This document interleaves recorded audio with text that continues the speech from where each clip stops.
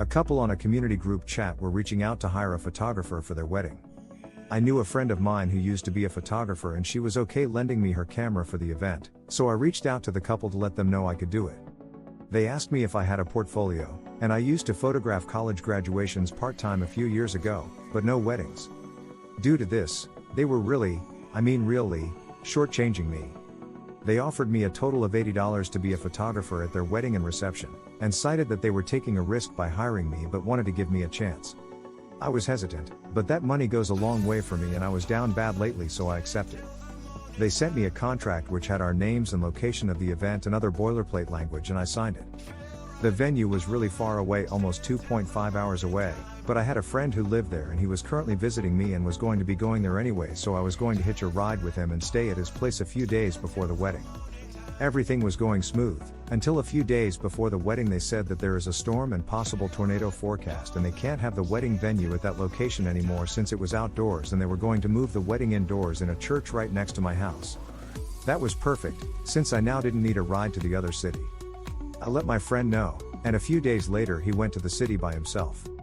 3 days before the wedding, the couple decided to move the wedding back to the city 2.5 hours away since the forecast was looking better. I didn't even have a ride anymore since my friend left. I told the couple that it won't be possible for me and they ignored me for 3 days. I assumed they probably decided to go with someone else. Literally on the day of the wedding the husband is blasting my texts asking me where I am and that I'm missing important moments from the wedding. I show him the text that I sent and he said he didn't read it because he was busy with the wedding. He asked me to call a taxi, but those were insanely expensive and I'd actually be at a huge loss taking a taxi. He said he was not going to pay for it since it was my job. I couldn't do anything else. I asked if he knew someone still in town I could hitch a ride with and he said no. He then started sending rude texts and saying some crazy stuff. I blocked him and turned off my phone. When I turn it back on, I find that I was apparently the only photographer at the wedding and they didn't have anyone else. They now want to sue me for contract breach and emotional damage. I can't afford a lawyer and I called 5 people in my area and all of them are asking for $300, $500 per hour to look over my contract. The couple are also posting my profile picture all over Facebook and tagging me and saying I ruined their wedding. And their friends are also commenting mean things. I'm not sure what to do at this point.